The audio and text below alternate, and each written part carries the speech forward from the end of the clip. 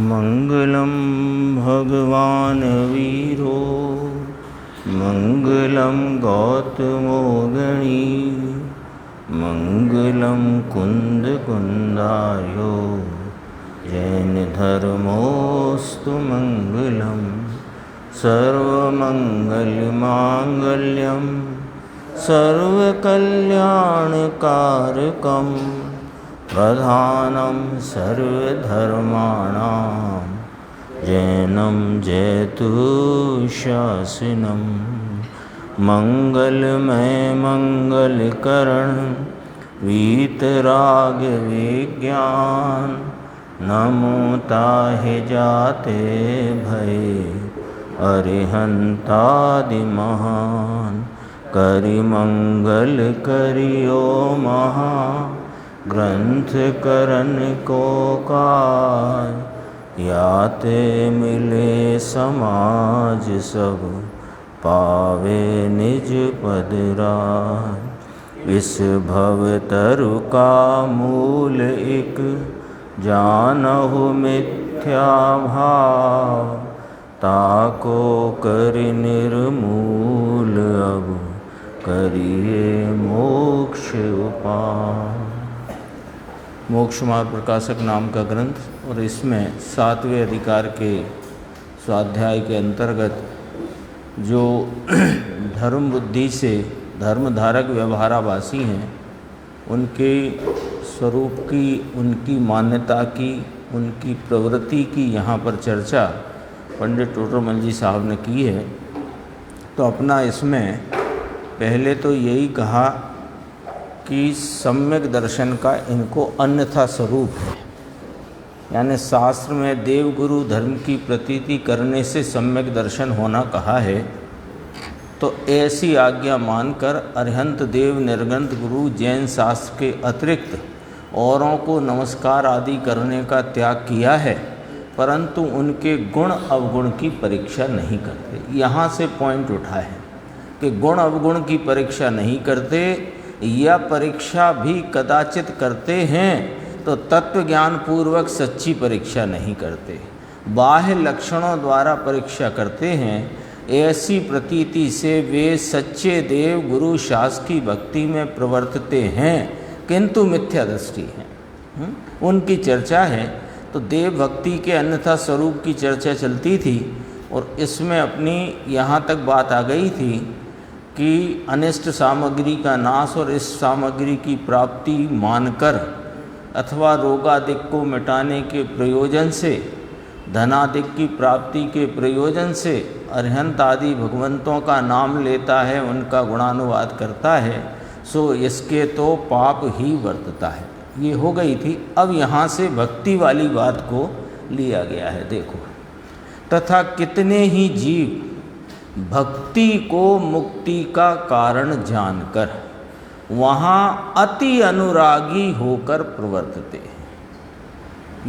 ये वाली बात, यानी यदि अपन देखा जाए तो कुल क्रमानुसार, परीक्षा रहित आज्ञा अनुसारी और लौकिक प्रयोजन के अर्थ बरतने वाले व्यवहाराभासी, बिना परीक्षा के धर्म बुद्धि के धारक व्यवहार, सब लोग इस मामले में आ जाते हैं।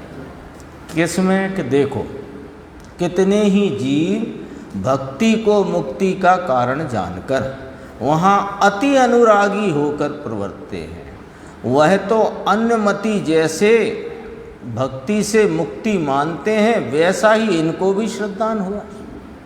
अन्य मत में भी भक्ति से मुक्ति कही गई है, मानते हैं, बल्कि वो तो कहते हैं भक्ति मार्ग है हमारा। तो भक्ति करते हैं, कीर्तन करते हैं आदि इत्यादि प्रकार से प्रवर्तते हैं। ये भी भक्ति से ही मुक्ति मान्यता है, तो इसके भी अन्यमति जैसा ही मानना हुआ, वैसा ही इसको भी श्रद्धान हुआ। अब देखो, भक्ति की असलियत क्या है कि परंतु भक्ति तो राग रूप है और राग से बंध है, इसलिए भक्ति मोक्ष का कारण नहीं है। तो सब धर्म कांटे पे तुलता है। और तौल की पर्ची हाल के हाल लो। भक्ति है भगवान की, कौन की? सच्चे देव बीतरागी हितोपदेशी सर्वज्ञ देव, सच्चे भावलिंगी संत, उनकी भी भक्ति, सच्चे शास्त्रों की भक्ति, वो भक्ति राग है कि वीतराग परिणाम है? राग है तो राग से बंध है इसलिए मोक्ष का कारण नहीं है। एक बात ये सैद्धांतिक बात है।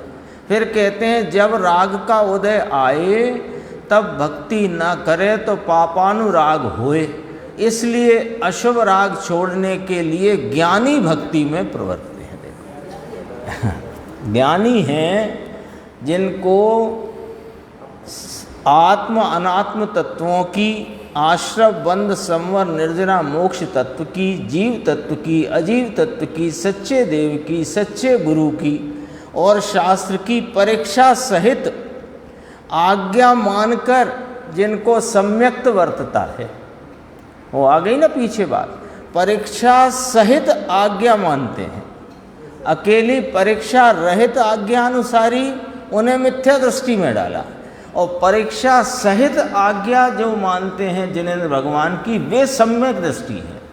तो वे भी कदाचित अंतरंग में कोई ऐसा अशुभ परिणाम विषय आदि का भोगादिक का आता है तो उससे हटकर जिनेंद्र परमात्मा की भक्ति में, जिनायतन की सेवा आदि कार्यों में वे जुड़ते हैं और इसको मोक्ष मार्ग जो उनकी परिणति में अंतर में चल रहा है उसमें इसे बाह्य निमित्त मानते हैं, इससे चलता है नहीं मानते। ज्ञानी जन, ये लिखा ना, जब राग का उदय आता है तब भक्ति ना करे तो पापानुराग हो।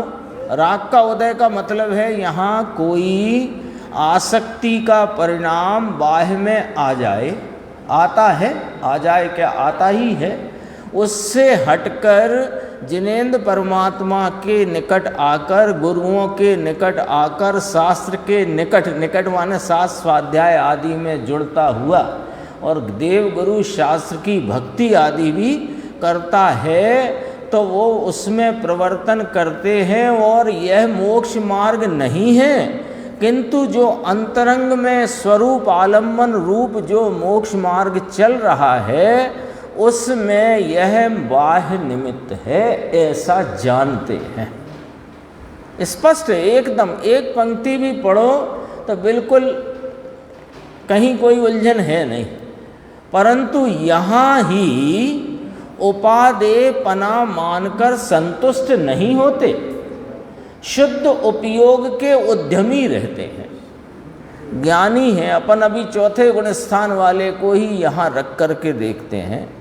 तो चौथे गुण स्थान वाले गृहस्थ अवस्था में हैं, असंयत उनकी स्थिति है, अप्रत्याख्यानावर्णी प्रत्याख्यानावर्णी संजुलन कषाय का उदय चल रहा है और ऐसे में उनको कोई बाह्य आसक्ति का परिणाम आता है तो उसे टालने के उद्देश्य से, प्रयोजन से जिनेंद्र परमात्मा की, गुरुओं की भक्ति में प्रवर्तन करते हैं, लेकिन इससे मोक्ष होता है ऐसा मानते नहीं और उसमें उपादेयपना मानकर संतुष्ट नहीं होते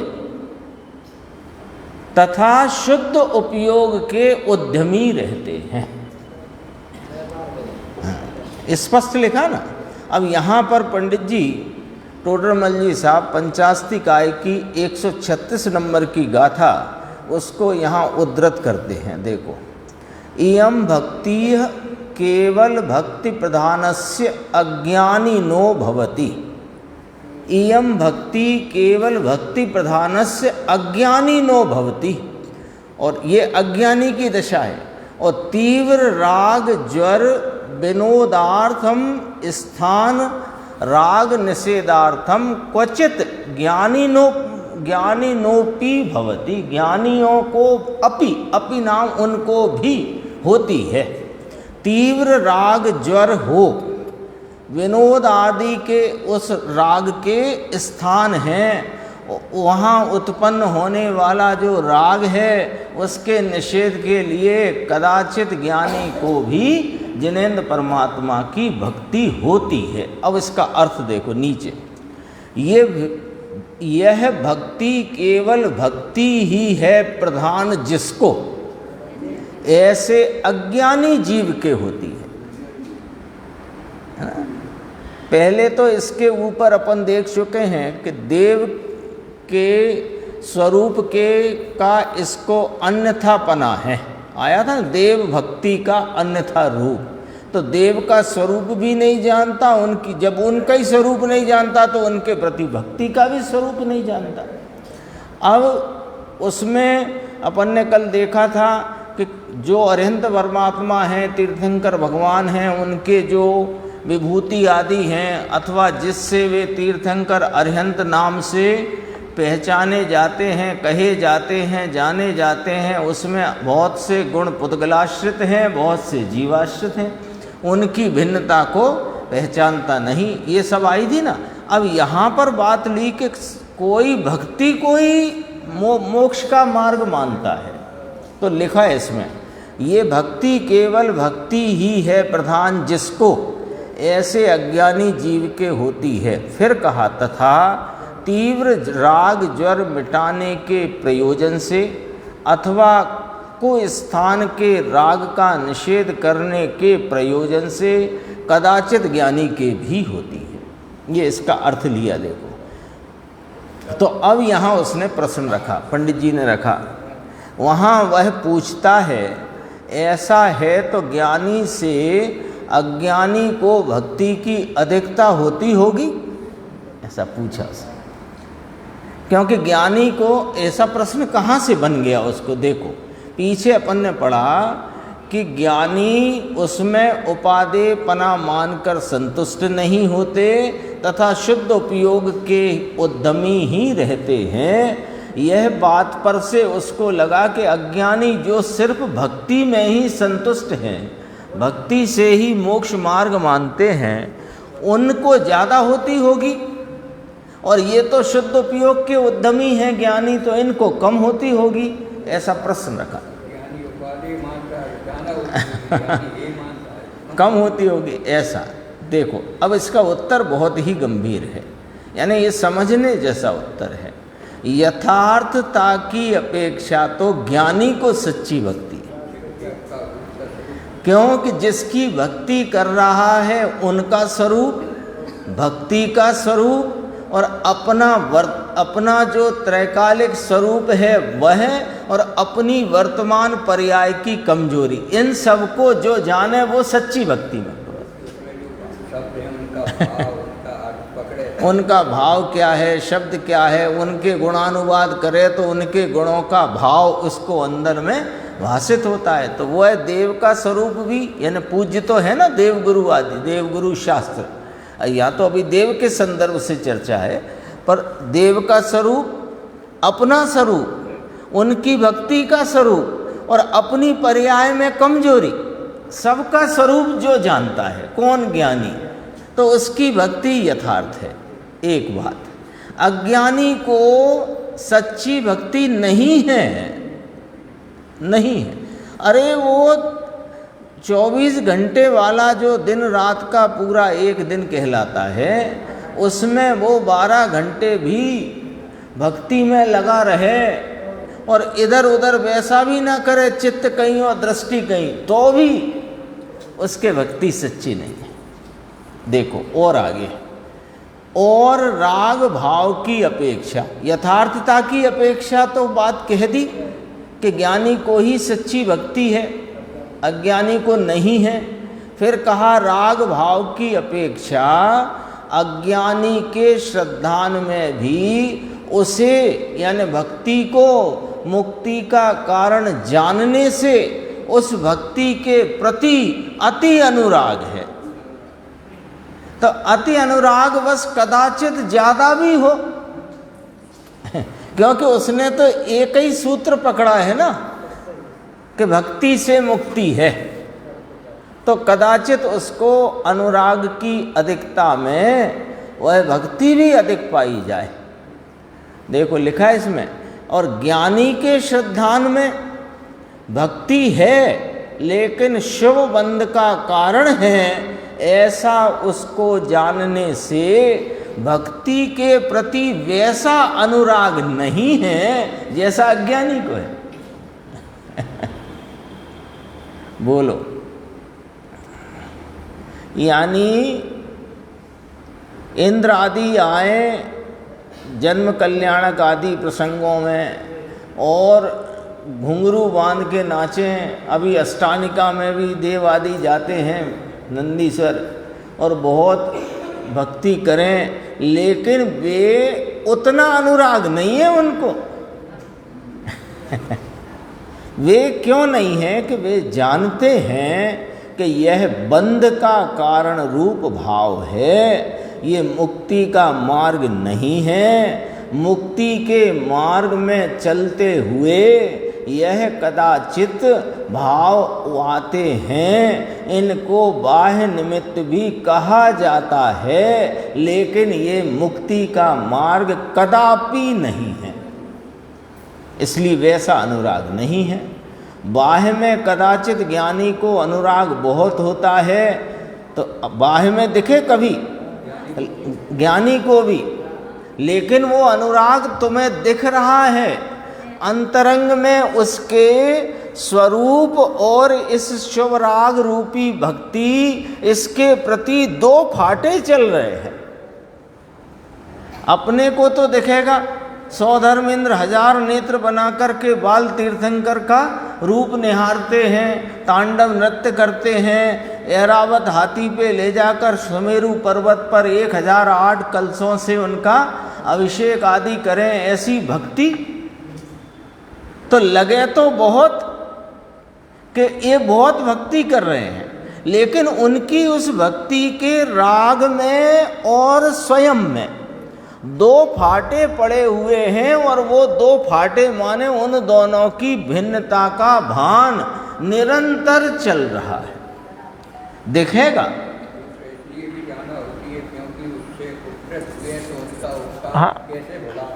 हाँ, वो परिणाम आया है, वो तो कह दी यथार्थता की अपेक्षा सच्ची भक्ति, लेकिन वो हो रही है, ज़्यादा भी हो रही है, लेकिन वो ज़्यादा होने पर भी ज़्यादा नहीं है। पॉइंट ये है, ज़्यादा होने पर भी ज़्यादा नहीं है का अर्थ अपने से ज़्यादा उस राग के भाव में बह नहीं जाते। अपने स्वरूप का अधिकता, स्वरूप की मुख्यता, वह उनसे छूट नहीं जाती।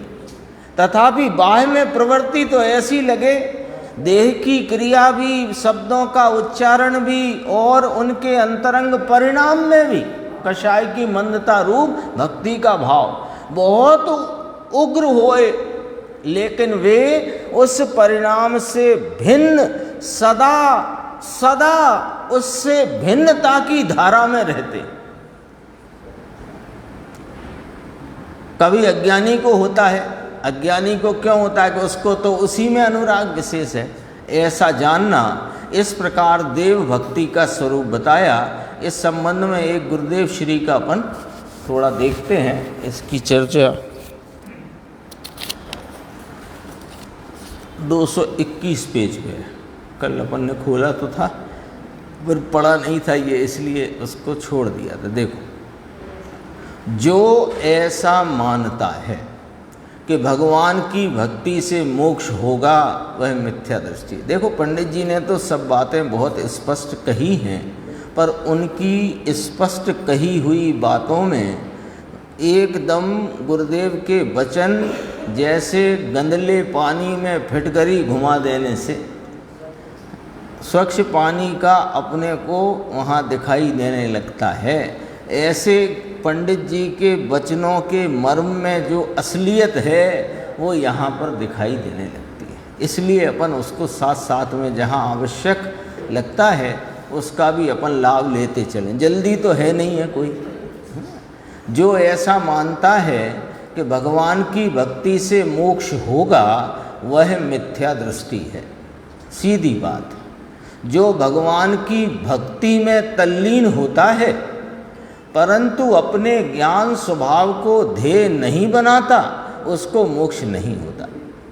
कितना ही तल्लीन हो जाए, कितना ही तल्लीन हो जाए, हाथ की नस काट करके भी वीणा के उसमें फंसा दे तो भी ज्ञान स्वभाव को ध्येय नहीं किया तो मुक्ति की प्राप्ति नहीं। क्योंकि मुक्ति का कारण तत्व तो एकमात्र यहाँ निरंतर वर्तमान विद्यमान हाजरा हुजूर, यह अपना शुद्धात्म भाव है। इसके अलावा और जगत में कोई मुक्ति का कारण रूप है ही नहीं, है ही नहीं। वे तो इसलिए हमें भक्ति के, उनके प्रति बहुमान भक्ति, उनके गुणानुवाद का भाव आता है कि ये तो किसकी शरण में जाना ये बताया तो उन्होंने ही है। इसलिए कहते हैं ना, अरिहंते शरणम पब्बज्जामि, सिद्धे शरणम पब्बज्जामि, साहु शरणम पब्बज्जामि, केवली पन्नतो धम्मम शरणम पब्बज्जामि। ये सब व्यवहार शरण हैं, क्योंकि इन्होंने बताया है कि एक शरणभूत तो तुम स्वयं परम पारणामिक भाव रूप रहे हुए अनादि निधन निरंतर वर्तमान विद्यमान सामान्य सामान्य सामान्य सदरस सदरस रहता हुआ एक रूप टंकोत्कीर्ण ध्रुव भाव जो है, ये बताया किसने? अरिहंत भगवान ने, सिद्ध भगवंतों ने, साधु परमेष्ठियों ने और केवली भगवान, केवली पन्नतो, केवली द्वारा प्रणीत धर्म, उसमें ये बात आई है। इसलिए देखो, अज्ञानी जीव भक्ति में अति अनुराग करता है, वह भगवान से कहता है, बहुत गंभीर बात यहाँ ली गुरुदेव ने कि हे प्रभु अब तो तारो। इसका अर्थ ये हुआ कि आज तक तुझे भगवान ने डुबोया था। जैसे किसी ने गर्दन पकड़ के और पानी में डुबो रखी हो तो अपन गिड़गिड़ाए उससे कि अब तो निकालो।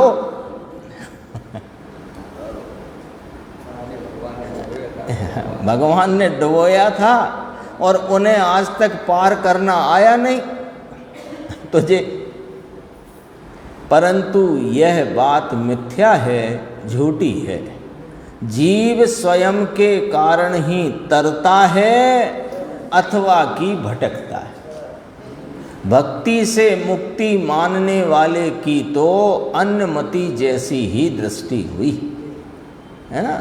जिस जीव को आत्मा का भान हुआ है उसके शुभ राग का व्यय होकर शुद्ध दशा होगी, तब मोक्ष होगा। लो, जिस जीव को इस बीतराग स्वरूपी शुद्धात्म तत्व का भान हुआ है, उसका स्वरूप संचेतन हुआ है, प्रतीति हुई है, उसके अभी जो शुभराग भक्ति आदि का है उसका भी नाश होकर शुद्ध दशा होगी, तब मोक्ष होएगा। इसी अपेक्षा से धर्मी जीव के शुभ राग को, अब ये गुरुदेव की भाषा से अर्थ समझना सीख लो, अपन शास्त्र पढ़ना सीख लो। देखो, इसी अपेक्षा से धर्मी जीव के शुभ राग को मोक्ष का परंपरा कारण कहा है। परंपरा कारण का अर्थ समझ में आया? अभाव रूप कारण को परंपरा कारण कहते हैं। सीढ़ी है ना, सीढ़ी, तो ऊपर जाने के लिए सीढ़ी परंपरा कारण है। सीढ़ी को छोड़ते हैं तो पहुंचते हैं, सीढ़ी पे रहकर कोई ऊपर नहीं पहुंचता है। एक सामान्य उदाहरण काय का, वो सीढ़ी, हाँ, यहाँ स्वराग की सीढ़ी बनाकर मोक्ष होता है ये नहीं कहना है, ये तो परंपरा कारण का उदाहरण दिया है, यानी गड़बड़ नहीं करना।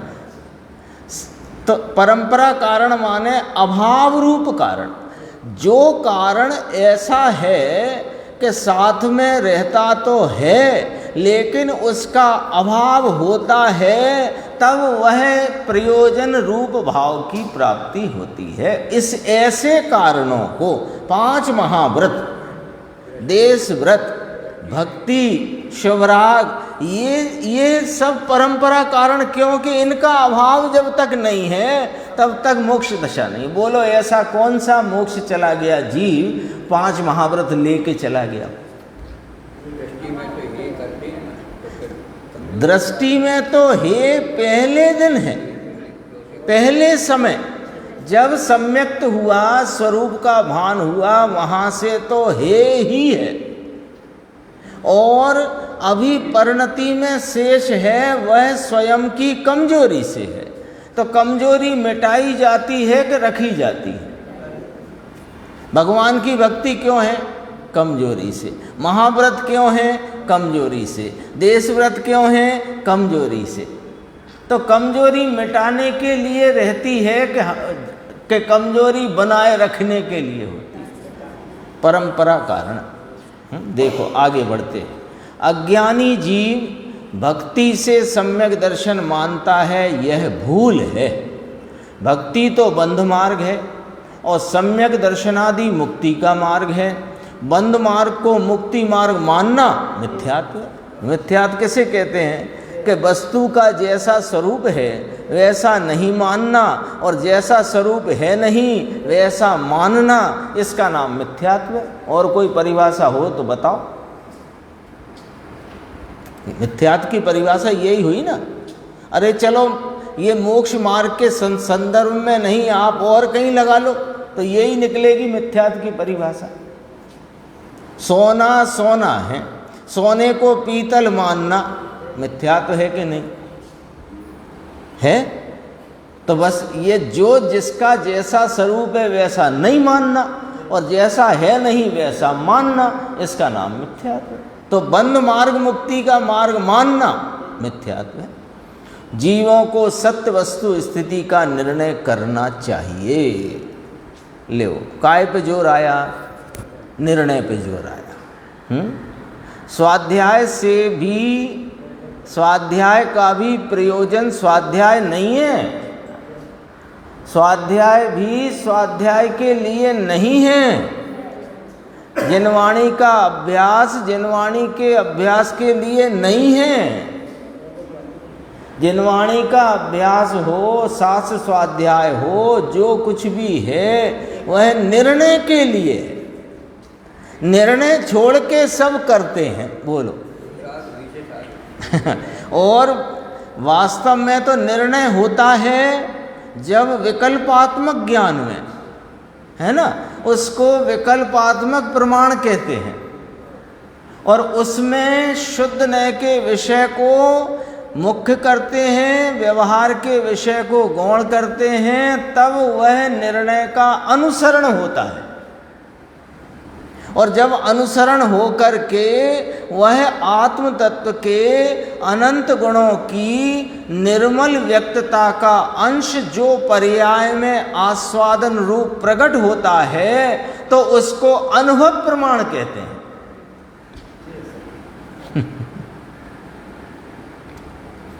इसलिए सबसे पहला काम क्या, यानी सुबह उठ कर के यदि अपने को कोई काम, जैसे कई अपन व्यापार आदि करते हैं तो सुबह उठते हैं तो पहले ऐसा याद आता है आज क्या करना है, आज बैंक में फलाने का पेमेंट भिजवाना है, उसका आ गया होगा, उसमें से इसको इस खाते में भेजना है। ऐसे करते कि नहीं करते? कोई घर में भी बहनें अपने आज क्या बनाना है क्या नहीं बनाना है, सब ऐसा रहता है ना।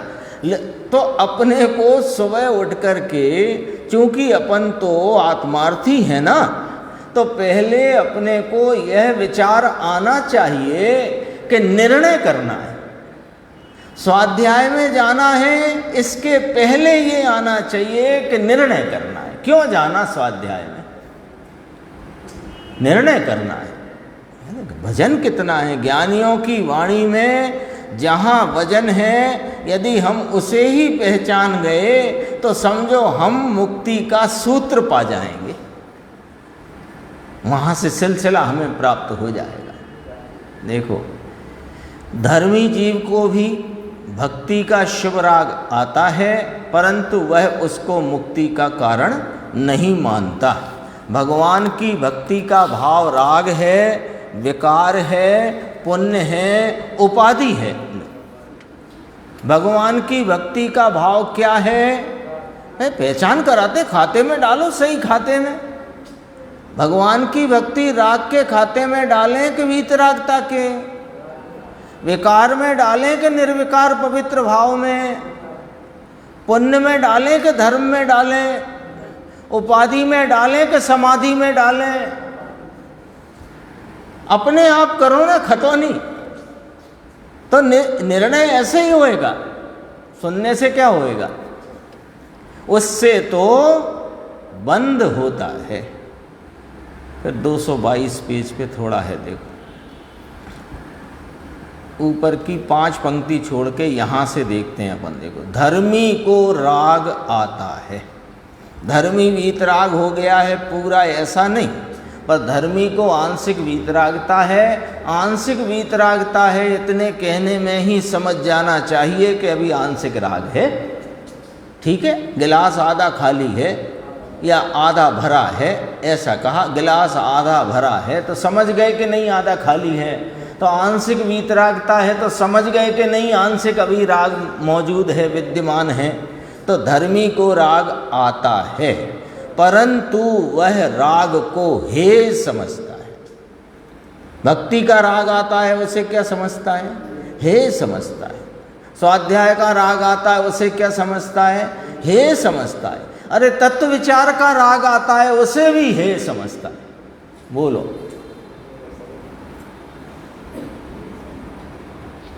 राग कोई सा हो,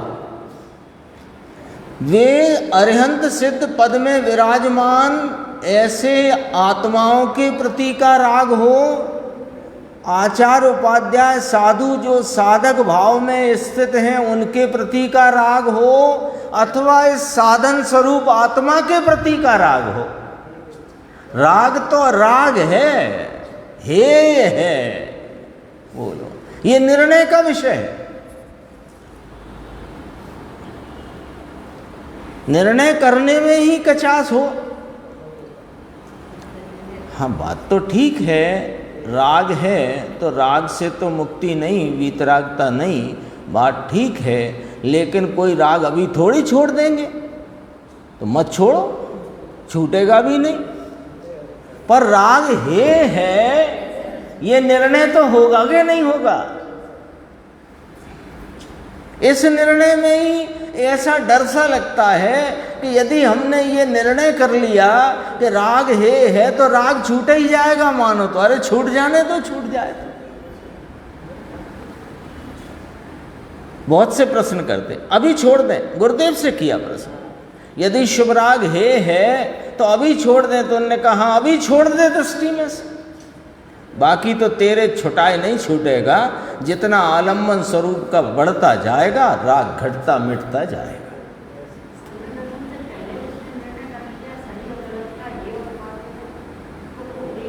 हाँ, तो निर्णय से ही सम्यक दर्शन की प्राप्ति। 7 तत्वों का श्रद्धा नहीं कहा, तो हे उपादेय तत्वों का ज्ञान होना चाहिए ना। तो आश्रम बंद हेर है कि नहीं है? पहले कौन सा वीतराग विज्ञान में कि बालबोध 3 में, ऐसा कहीं ना कहीं सिलेबस में ही है ना। आश्रम बंद को हे कहा कि न कहा? हे कहा है ना। तो हे का निर्णय करो। हे कहा तो है, अब वो जब छूटेगा तब हे होगा, तो फिर वो छूटेगा ही नहीं। हे करोगे तो उसकी हेता में इस भगवान आत्मा की उपादेयता होगी, और इसकी उपादेयता होगी तो परिणति में से राग छूटेगा। बात कोई नहीं समझ पा रहे यदि अपन लोग, तो फिर भीड़ भाड़ वाले लोगों में और अपने में क्या फर्क रह जाएगा। देखो, बहुत गंभीर पंक्ति है। धर्मी को राग आता है, परंतु वह राग को हे समझता है, जबकि अज्ञानी जीव राग को उपादेय मानता है। मैं ज्ञानानंद स्वभावी आत्मा हूँ, शरीर मन वाणी की पर्याय जड़ के कारण होती है। 5 महाव्रत के परिणाम बेकार हैं, वे आदरणीय नहीं हैं। ले छपा छपाया निर्णय, यही तो निर्णय कराया है। लेकिन ऐसे नहीं कि इसमें पढ़ के करना, इसमें पढ़ के समझना, समझकर अपनी खतौनी आप करना। मैं ज्ञानानंद स्वभावी आत्मा हूँ। शरीर मन वाणी की पर्याय जड़ के कारण होती है। 5 महाव्रत के परिणाम हैं, वे बेकार हैं, वे आदरणीय नहीं। लो 5 महाव्रत ही क्यों लिखा है यहाँ पर?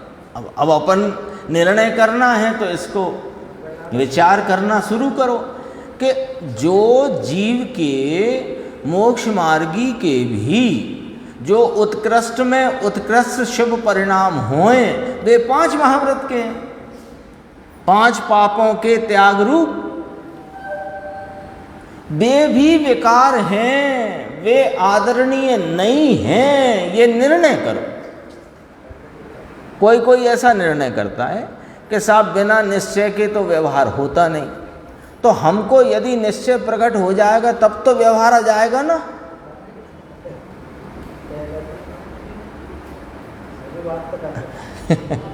तो अब बताओ, तुझे निश्चय हो जाने से व्यवहार आ जाएगा ना? तो व्यवहार का रसिया है कि निश्चय के विषय अपने शुद्धात्मा का रसिया है। ये क्या होता है? जिनका जैसा निर्णय होता है, जिनकी जैसी समझ होती है, वो उनके वाणी में अपने आप प्रकट हो जाती है। ऐसा देखो, आत्मा ज्ञानानंद स्वभावी है, ऐसी दृष्टि पूर्वक आनंद का अनुभव करने का नाम सम्यक दर्शन ज्ञान चारित्र है। जो अज्ञानी लोग बाहर से सम्यक दर्शन ज्ञान चारित्र हुआ मानते हैं, वे व्यवहाराभासी हैं। धर्मी जीव समझता है मैं ज्ञान हूँ, मेरी कमजोरी से शुभ भाव आता है, वह बंध का कारण है। अज्ञानी उस राग को धर्म का कारण मानता है। धर्मी आत्मा के भान सहित रमणता होने को मोक्ष मार्ग मानता है। ज्ञानी को कमजोरी से भक्ति आदि के शुभ परिणाम आते हैं, उन्हें बाह्य निमित्त मानता है। मेरा स्वरूप तो आनंद है, जितनी उसमें लीनता करूं उतना धर्म है। पैसे से पाप पुण्य अथवा धर्म नहीं होता, पैसे से तो पाप पुण्य भी नहीं होता। लिया है गुरुदेव ने आगे कि गुरुदेव ने कहा, यहाँ आगे लिया है, ले लेता हूँ अब ये 2 लाइन पूरी करके देखो। पैसे से पाप पुण्य नहीं होता, धर्म भी नहीं होता। कषाय की मंदता करने से पुण्य होता है, परंतु धर्म नहीं होता। मैं राग का अथवा जड़ का करता नहीं हूँ, पर की दया अथवा हिंसा करने वाला नहीं हूँ, मैं तो ज्ञाता दृष्टा हूँ। ऐसी दृष्टि होने वाले को धर्म का प्रारंभ होता है, यहाँ से धर्म होता है। लोग कहें ना भैया आजकल बहुत धर्म कर रहे हो, तो समझना कि ये इस प्रकार का निर्णय होकर और इस अपने शुद्धात्म भाव का आलम्बन यदि हुआ है तो निश्चित धर्म हो रहा है, अन्यथा कोई धर्म नहीं हो रहा है। आगे देखना, मैं देख लेता हूँ, मुझे नंबर याद नहीं आ रहा।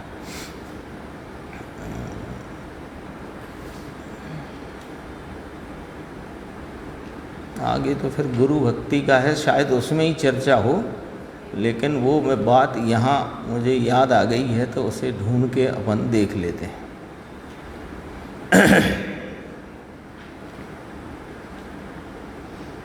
इसमें गुरु भक्ति में भी गुरुदेव ने बहुत स्पष्टीकरण बहुत गंभीर किया है।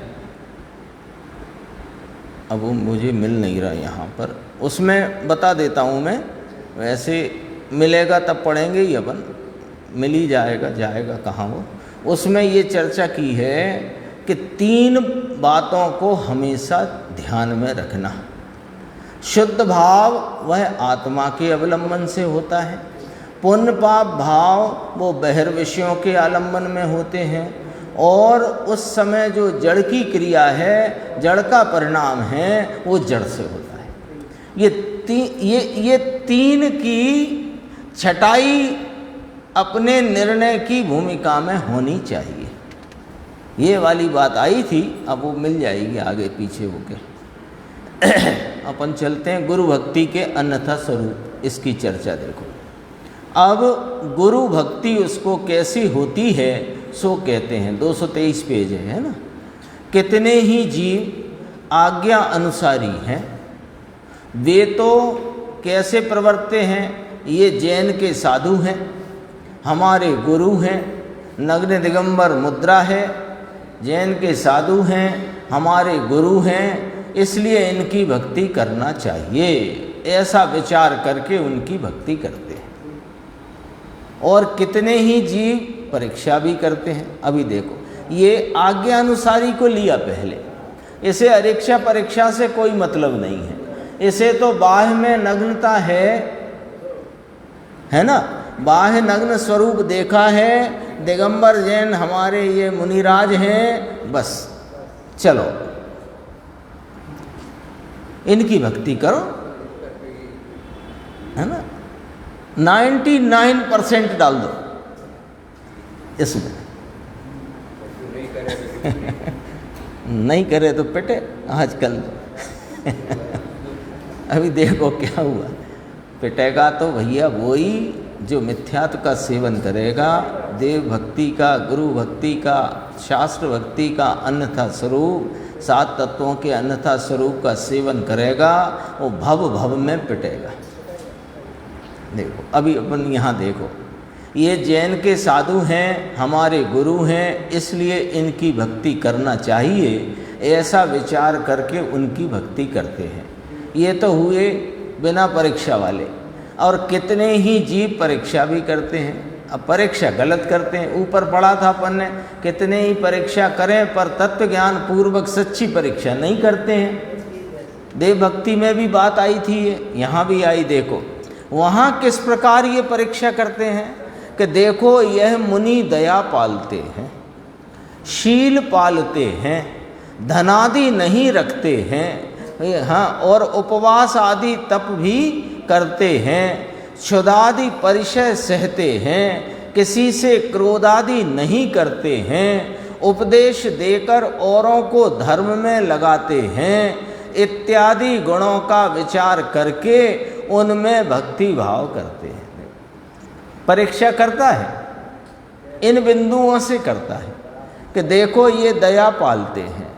अरे ऐसी दया पालते हैं कि किंचित भी हिंसा का वो क्या दिमाग से निकल गया वो शब्द, अनुमोदना, किंचित भी हिंसा की अनुमोदना का पाप भी ना होए, इसलिए उद्देशिक आहार भी नहीं लेते। ऐसी परीक्षा करते हैं। 4 हाथ भूमि देखकर सूर्योदय के उपरांत 2 घड़ी, सूर्योदय के 2 घड़ी उपरांत प्रासुक मार्ग पर चलते हैं। शील पालते हैं 9 कोटि से, धनादि रखते नहीं, और धनादि को उगाना तो दूर करो, उसकी चर्चा भी करते नहीं, उपवास आदि तप भी करते हैं, और बराबर जिनोक्त करते हैं। जिनोक्त समझ गए, जिनेंद्र परमात्मा के कहे हुए अनुसार। क्षुधादि परिचय सहन करते हैं, किसी से क्रोधादि नहीं करते, शांत रहते हैं, और उपदेश देकर औरों को धर्म में लगाते हैं। ऐसे गुणों का विचार करके उनमें भक्ति भाव करते हैं। परंतु अब देखो, पर अब अपने को ये पढ़ते तो ऐसा लग रहा था तो सही तो कर रहा है वो। दयादिक पालते हैं, सील पालते हैं, धनादि नहीं रखते, उपवास आदि तप करते हैं, क्षुधादि परिचय सहते हैं, कोई पे क्रोध आदि करते नहीं, शांत रहते हैं बिल्कुल, उपदेश भी दे करके औरों को धर्म में लगाते हैं, है ना। परंतु ऐसे गुण तो परम हंसादिक अन्य मतियों में तथा जैनी मिथ्या दृष्टियों में पाए जाते हैं। उसकी सब परीक्षा फेल कर दी। तेरी परीक्षा का जो तुमने मापदंड लिया, जो तुम गज लेकर के नापने चले थे, वो तुम्हारा गज ही खोटा है। बोलो, ये दो कहे परम हंसादिक अन्यमति। ऐसे बहुत हैं जो दया पालते हैं, सील पालते हैं, धनादि नहीं रखते, उपवास आदि करते हैं और अनेक प्रकार के परिचय सहते हैं, क्रोध आदि नहीं करते, शांत रहते हैं, मुस्कुराते ही रहते हैं। तो ये तो परम हंसादिक अन्यमतियों में भी पाए जाते हैं। तथा जैनी मिथ्या दृष्टि, ये कौन ले लिया जो द्रव्यलिंग तक का पालन करके 9वें ग्रविक तक चले जाते हैं, उनके भी ये सब पाए जाते हैं। तब तो 9वें ग्रविक जाते हैं। कितनी आयु बताई वहाँ? 31 सागर। बोलो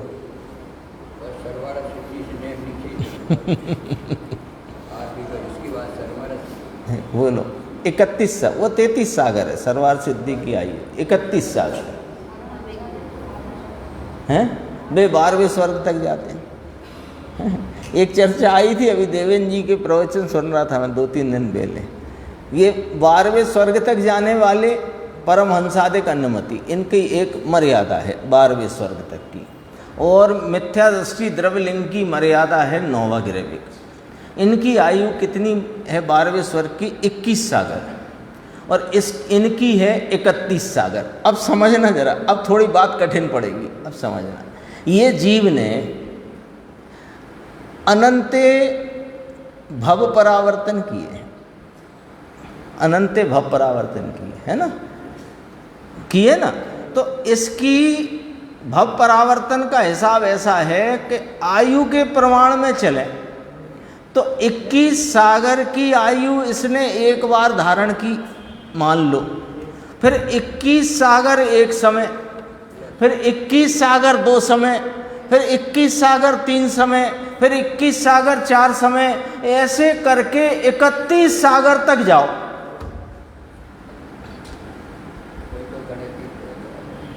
बोलो, ये अपने स्वयं की भूल से भटकने की कथा है।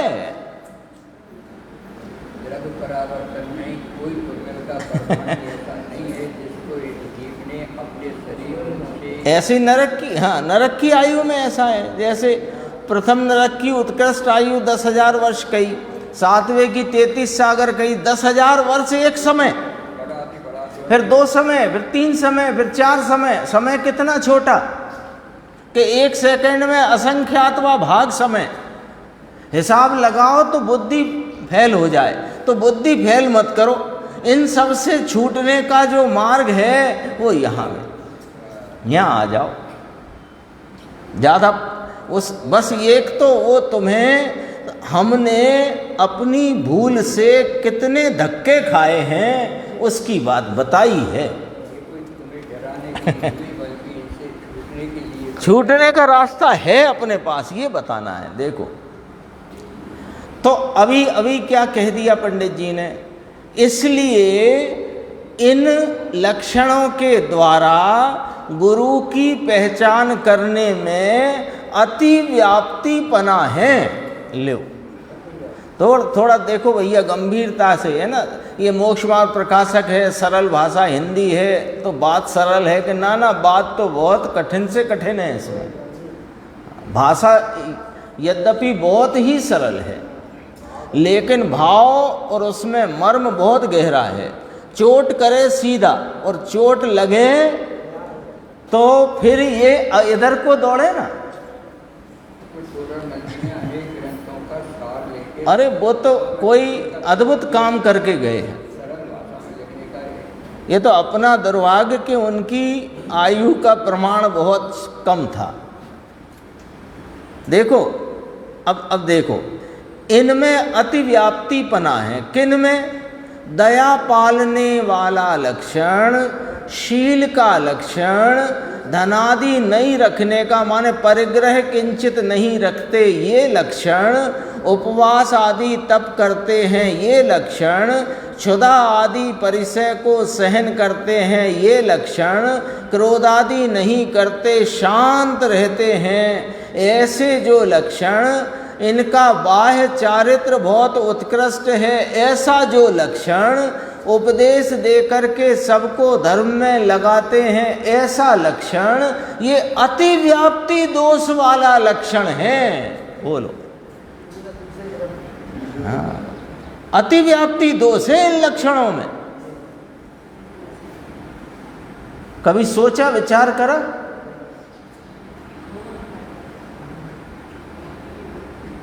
तो कोई भी पहचान करना हो, जिनेंद्र परमात्मा की आज्ञा है, किसी की भी पहचान करना हो तो लक्षण से की जाती है, और लक्षण अतिव्याप्ति, अव्याप्ति और असंभव दोष से रहित होना चाहिए। ये तो आज्ञा है जिनेंद्र परमात्मा की। तो इसमें तो अतिव्याप्ति परे का दोष है। काय में ये जो लक्षण ऊपर गिनाए, परीक्षा तो करी, लेकिन दया भी कैसी अपन कह चुके हैं, उद्दिष्ट आहार नहीं लेते। क्यों कि उद्दिष्ट आहार लूंगा तो आहार के संदर्भ में होने वाली हिंसा का अनुमोदन का दोष आता है, इसलिए उद्दिष्ट आहार तो लेते नहीं। ऐसी परीक्षा करें, गमन करते हैं तो सूर्योदय उपरांत 2 घड़ी बीतने पर प्रासुक मार्ग, ये भी एक आ गया है, चरणानी योग सूचक चूलिका में आ गई बात। प्रासुक मार्ग यानी जब धूप निकल आती है, पहले तो सूर्य उदित होता है, फिर धूप बढ़ती है, धूप होती है तो वो मार्ग में जो रात को जीव जंतु वहाँ आ गए हों, वे सब इधर उधर अपने अपने ठिये ठिकाने पर हो जाते हैं, मार्ग प्रासुक हो जाता है। और दिन में उत्पत्ति होती नहीं, और शाम को जो उत्पत्ति हुई है वे अपने आप वहाँ से चले जाते हैं या नहीं होते हैं। तो अब कहते हैं कि प्रासुक मार्ग पर 4 हाथ भूमि देखकर, ऊपर देख देख कर नहीं,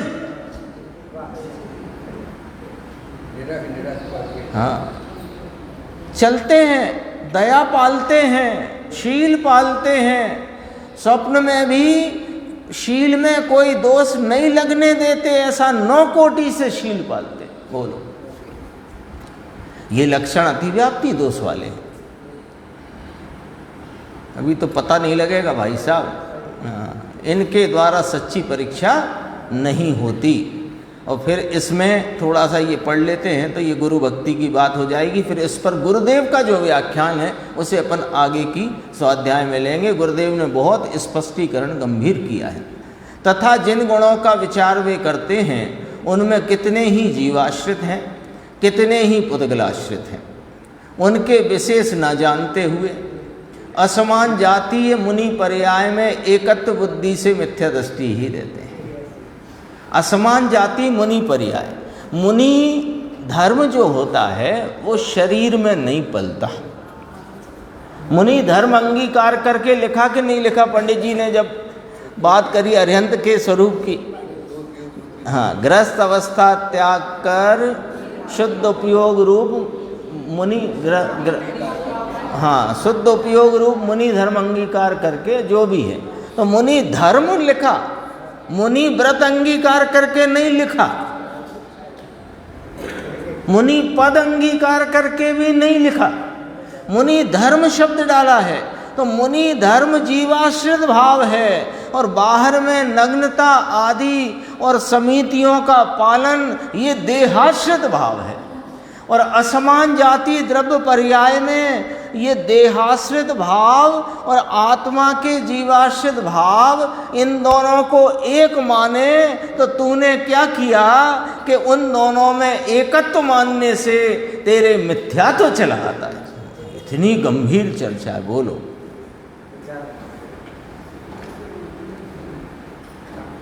बाह्य में होता तो नग्नपना ही है ना, 5 समिति का तो बराबर निर्तिचार पालन करते हैं ना।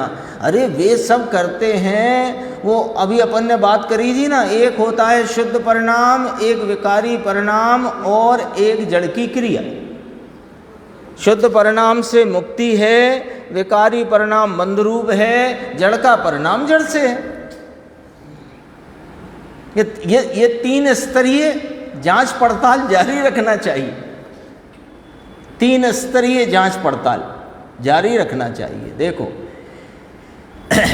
तथा सम्यक दर्शन ज्ञान चारित्र की एकता रूप मोक्ष मार्ग वह ही मुनियों का सच्चा लक्षण है, उसे नहीं पहचानते। क्योंकि अब देखो, क्योंकि ये पहचान हो जाए तो मिथ्या दृष्टि न रहे। ओहो, अब इस तब कहते हैं देवगुरु शास्त्र का सच्चा श्रद्धानी है तो सम्यक दृष्टि है। इस प्रकार यदि मुनियों का सच्चा स्वरूप ही नहीं जानेंगे तो सच्ची भक्ति कैसे होगी। पुण्य बंध के कारणभूत शुभ क्रिया रूप गुणों को पहचान कर उनकी सेवा से अपना भला होना जानकर उनमें अनुरागी होकर भक्ति करते हैं, यानी कि वास्तविक भक्ति उनके नहीं है, तो ये गुरु भक्ति का अन्यथा रूप है। इसमें गुरुदेव का जो व्याख्यान है उसमें काफ़ी बिंदु हैं, अपन आगे की स्वाध्याय में उसकी चर्चा करें।